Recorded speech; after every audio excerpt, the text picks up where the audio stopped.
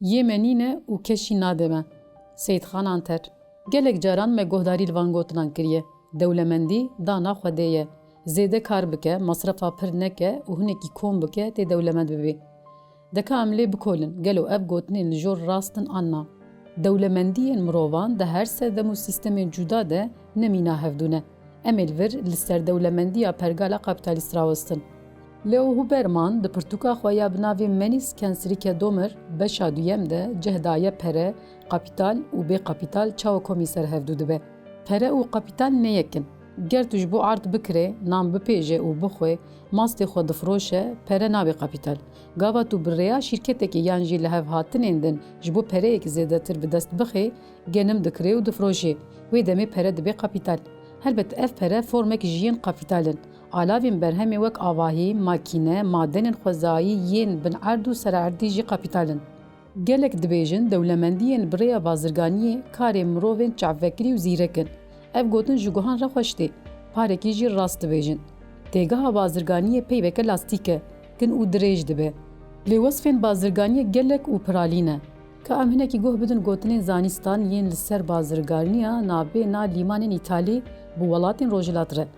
Di serdema ceng û seferên xaçperestan yên li hemberî Rojhilat de, welatên Rojavayê Avrupayê nebe sebeb soza piştgiriyê dan komar bajarên Îtalî. Çaxa kutahî bi şerên olî yên vê demê hat, kontrola împaratoriyek dewlemend di destê Venedîk, Genua û Pisayê de bû. Kolonyalîstên Îtalî piraniya xenîmetên xwe bi dest xistin. Bazirgan û bankêr li benda şîpa dewlemendiyên ji oriyên tê bûn. Derbarê bazirganiya bi orîntê re dibêje yek ji zanyariyên xwedî gotin John Hobson û Dom dike. Bi vî rengî bingeha bazirganiya birantê hat avêtin. Vê bazirganiyê dewlemendiyên li welatê Rojavayê Avrupayê komîser hev kir û mixê pêşketina bi dûv re ya metodên berhema kapitalîstî li van welatan danî. Serdema sed salên duwazdeh û sêzdeyan li Îtalyayê em rastî van şopên xwe organîzekirina kapitalîstî tên. Diyar e dewlemendiyên ji Rojhilat têra hilberînek berfireh û ciddiya kapitalîst nedikirin. Pêwîstî bi herkek kapitalî mezin hebû.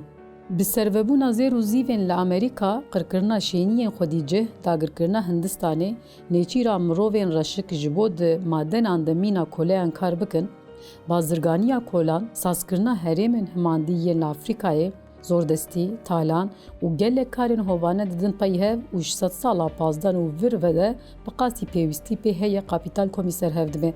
Derbarê xapandin, bêbextî, koledarî ya kolonyalîstên Avrupayî û ne Avrupayî de gelek dîrokzan, lêkolîner û rojnamevanan têra xwe nivîsîne. Kavan metodên kolonyalîstan çawa profîtên bêsînor bi dest xistine. Pereyek bêhejmar komîser hevdû kirine û kapital zêdetir kirine. Ji bo prodüksiyonek berfireh ya kapitalîstî pêdivî bi faktorek din hebû. Faktorê hêza kar. Hêza ku serdema feodalîzmê de alavên berhemê ji dest çûbûn. Bêyî vê hêza kar mirov nikare kapital wekî kapital bikarbîne. Ango kapital profîtê saz bike.